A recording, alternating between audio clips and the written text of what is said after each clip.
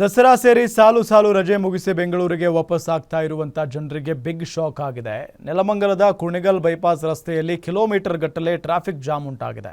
ಈ ಹಿನ್ನೆಲೆ ವಾಹನ ಸವಾರರು ಗಂಟೆಗಟ್ಟಲೆ ನಿಂತಲ್ಲಿಯೇ ನಿಲ್ಲುವ ಪರಿಸ್ಥಿತಿ ನಿರ್ಮಾಣ ಆಗಿದ್ದು, ನೆಲಮಂಗಲದಿಂದ ಬೆಂಗಳೂರುವರೆಗಿನ ಸ್ಲೋ ಮೂವಿಂಗ್ ಟ್ರಾಫಿಕ್ಗೆ ಸವಾರರು ಹೈರಾಣಾಗಿದ್ದಾರೆ.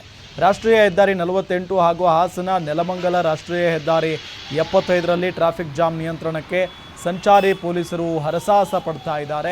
ಕುಣಿಗಲ್ ಬೈಪಾಸ್ ರಸ್ತೆಯಲ್ಲಿ ದಟ್ಟಣೆ, ಸವಾರರಿಗೆ ಟೆನ್ಷನ್ ಶುರುವಾಗಿದೆ. ನೆಲಮಂಗಲದಿಂದ ಬೆಂಗಳೂರಿನವರೆಗೆ ಸ್ಲೋ ಮೂವಿಂಗ್ ಟ್ರಾಫಿಕ್ ಇರೋದು. ದಸರಾ ರಜೆ ಮುಗಿಸಿ ವಾಪಸ್ ಆಗ್ತಾ ಇದ್ದಾರೆ ಪ್ರತಿಯೊಬ್ಬರು ಕೂಡ. ಆ ನಿಟ್ಟಿನಲ್ಲಿ ರಾಷ್ಟ್ರೀಯ ಹೆದ್ದಾರಿ 48ರಲ್ಲಿ ವಾಹನ ಸವಾರರು ಪರದಾಟವನ್ನು ನಡೆಸ್ತಾ ಇರುವಂಥ ದೃಶ್ಯವನ್ನು ತೋರಿಸ್ತಾ ಇದ್ದೀವಿ. ಹಾಸನ ನೆಲಮಂಗಲ ರಾಷ್ಟ್ರೀಯ ಹೆದ್ದಾರಿ 75ರಲ್ಲಿ ಟ್ರಾಫಿಕ್ ಜಾಮ್ ಆಗಿದೆ. ಟ್ರಾಫಿಕ್ ನಿಯಂತ್ರಿಸುವುದಕ್ಕೆ ನೆಲಮಂಗಲ ಸಂಚಾರಿ ಪೊಲೀಸ್ನವರು ಹರಸಾಹಸವನ್ನು ಪಡ್ತಾ ಇದ್ದಾರೆ. ಇಲ್ಲ, ಇದು ಪ್ರತಿ ಬಾರಿಯೂ ಕೂಡ, ಅಂದರೆ ಪ್ರತಿದಿನವೂ ಕೂಡ ಅಲ್ಲಿ ಟ್ರಾಫಿಕ್ ಇದ್ದೇ ಇರುತ್ತೆ, ಪ್ರತಿದಿನವೂ ಕೂಡ ಇರುತ್ತೆ.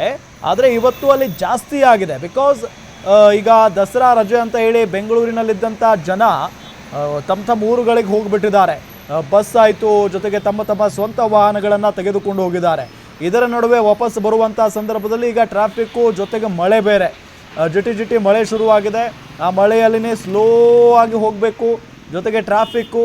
ಇದರಿಂದ ಗಂಟೆಗಟ್ಟಲೆ ಏನಪ್ಪ ಇದು, ಅಲ್ಲಿಂದ ಬರೋದು ಒಂದು ಲೆಕ್ಕ, ಆದರೆ ಈ ನೆಲಮಂಗಲದಿಂದ ಬೆಂಗಳೂರು ತಲುಪೋದು ಒಂದು ಲೆಕ್ಕ ಅನ್ನೋ ನಿಟ್ಟಿನಲ್ಲಿನೇ ಜನ ಒಂಥರ ಮಾತಾಡ್ಕೊಳ್ತಾ ಇರ್ತಾರೆ ಈಗ. ಅಂಥ ಪರಿಸ್ಥಿತಿ ನೋಡಿ, ಅಲ್ಲಿ ದೃಶ್ಯದಲ್ಲಿ ನಿಮಗೆ ತೋರಿಸ್ತಾ ಇದ್ದೀವಿ ಎಷ್ಟು ಸ್ಲೋ ಆಗಿ ವಾಹನಗಳು ಮೂವ್ ಆಗ್ತಾ ಇದ್ದಾವೆ ಅಂತ ಹೇಳಿ. ಸಹಜವಾಗಿ ಈಗ ಒಂದು ಕಡೆ ಮಳೆ, ಮತ್ತೊಂದು ಕಡೆ ಟ್ರಾಫಿಕ್ ಕಿರಿಕಿರಿ ಅನುಭವಿಸ್ತಾ ಇದ್ದಾರೆ ಜನ.